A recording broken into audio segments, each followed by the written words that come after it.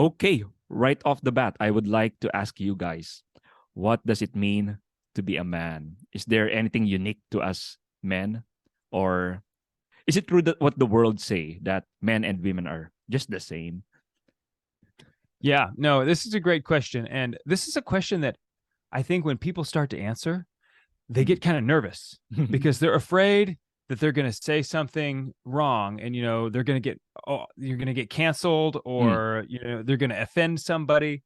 And God has blessed me with the kind of personality that I just could not care less about any of that. And so I think he made me to answer this question. A man, like, there was this recent documentary called What is a Woman? That was large. It was a lot of it was tongue in cheek, but also it was to, kind of show everybody like, hey, this is there's a whole segment of the world who's serious about this, or at least they're pretending to be serious about it. I don't actually think that any of them don't know what a woman is. I think every single one of them know what a woman is. And I think everybody knows what a man is. The question is, what is a man supposed to be? Okay. What is a man called to in his daily life? It's different from what a woman is called to in her daily life. Men are called to be servants. We're called to be protectors. We're providers. Okay. So we're the ones who, just look at the body of a man. Just start there. Okay. Yep. Substantially different, praise God, from the body of a woman. In that he's made for hard labor. He's made for war. He's made to do physical tasks, physically demanding tasks. And you just look at beyond that, the brain of men is different from the brain of women. We have natural proclivities towards different subjects, different ways of thinking. And that's great. That's a good thing. We need those differences. Okay. Men are good at doing some things and we're terrible. I cannot remember where my shoes are.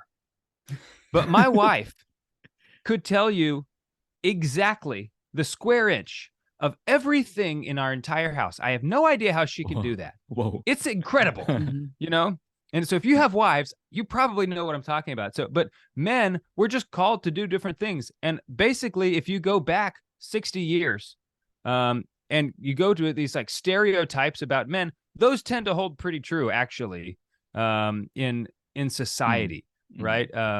So we're supposed to be leaders. A man provides, protects, and establishes. Okay. That's what he does. And that's his role in society. And it's most importantly, it's his role in the home.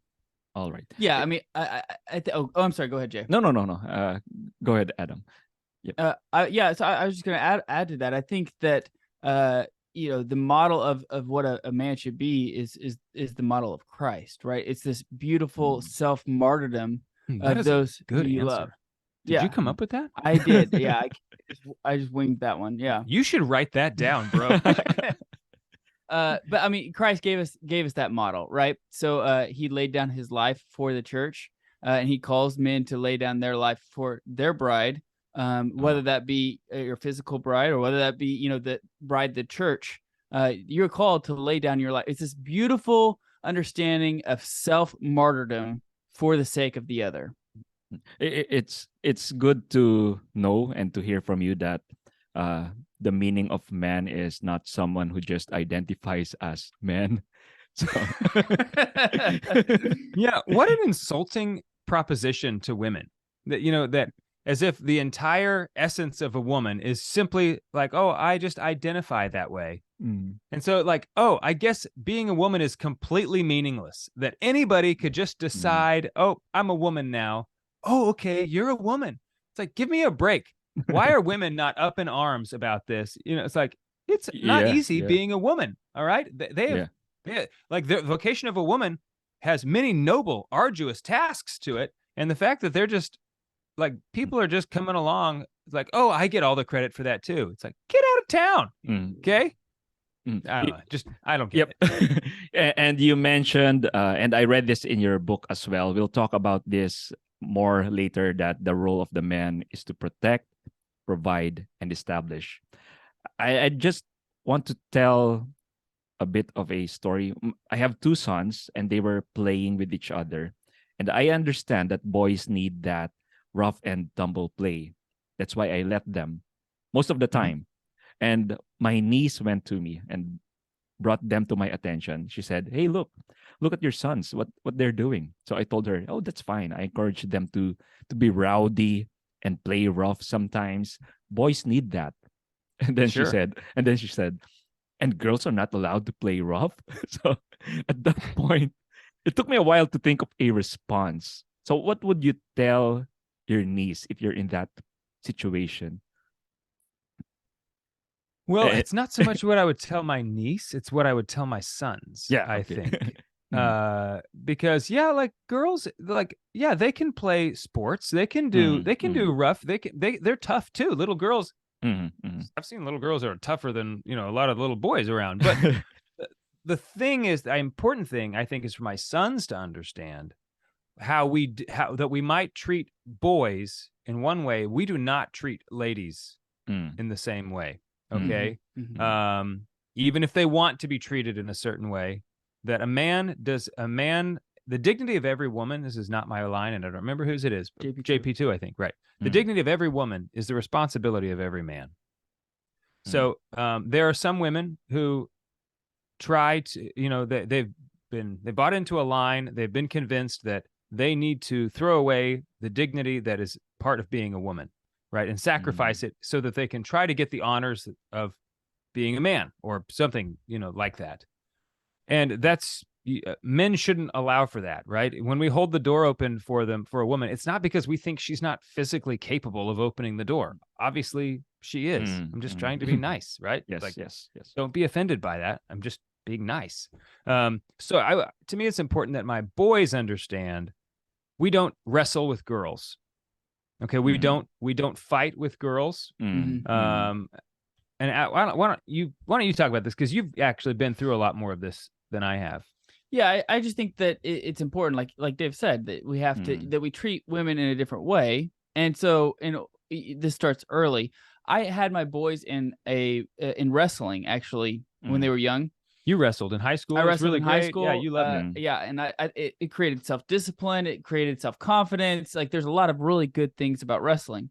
Well, I wanted to put my boys into it. Well, my boys went into it, and 40% of their class were women, were girls. And so I instantly pulled them out. I said, no, we can't do that. And it's not because that women are inferior, or like, it's not because women are less. Or that you're afraid of your sons losing to a boy and it hurting their confidence. Girls, To a girl, right. Yeah. That's not it. That's not it. It's No. that I don't want, like, I'm trying to teach my sons that we treat women in a certain way. And I can't have that not be reflected in everything that they do. There's no exceptions for this. And if you open crack the door just a little bit in one instance, then why not for another instance? Why not for this thing? No. The beauty and the dignity of a woman is to be upheld at all times.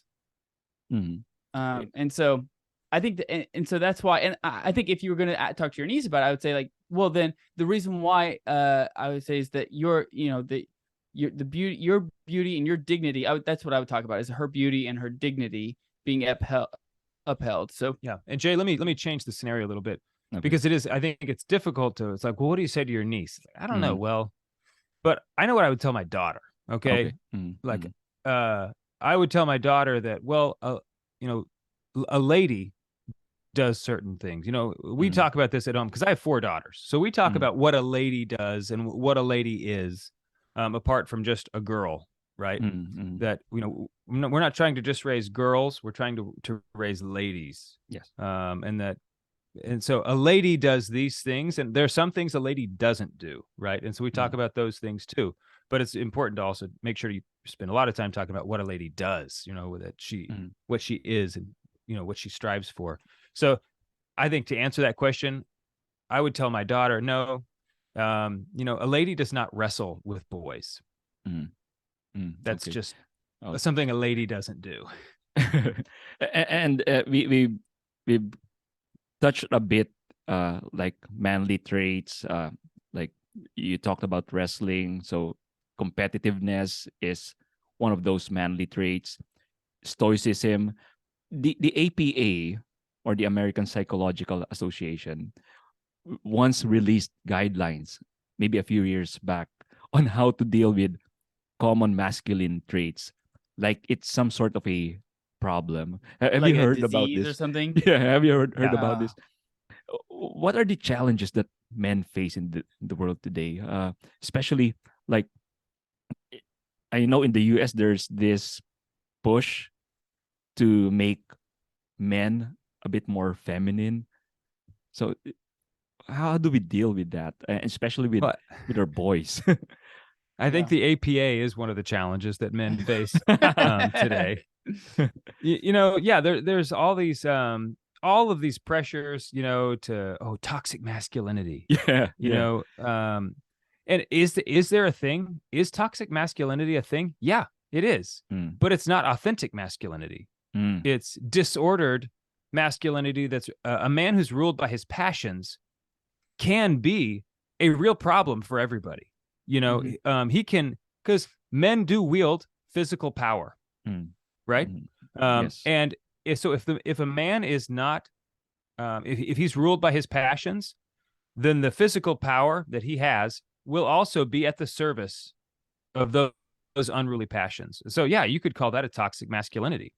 Mm, But the man governed by discipline, who seeks and pursues virtue, mm, which I think is a lot of men. I think this idea that men are toxic, that masculinity itself is toxic, is total poppycock, right? I mm, mean, that's just a stupid thing to say, mm, mm. because that's not what a man is. That's that's Yeah. an uncontrolled man. Yeah, and I think the issue that we have, Jay, is that we live in such a society that does not provide any kind of hardships any longer.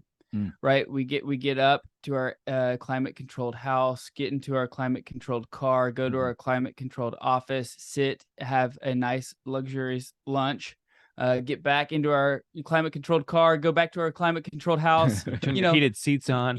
I mean, we don't have very many hardships anymore, Mm, right? And so, in order to govern your passions, like Dave was just talking about, we have to be way more intentional Yeah. than what the natural process used to be 50, 60, 100 years ago, because we have so many conveniences that are good, but can be used to soften men, to make them effeminate. And so that's why we have to control our passions and make sure that we don't let our appetites rule us, but that our will is ruling our passions. That's a good point.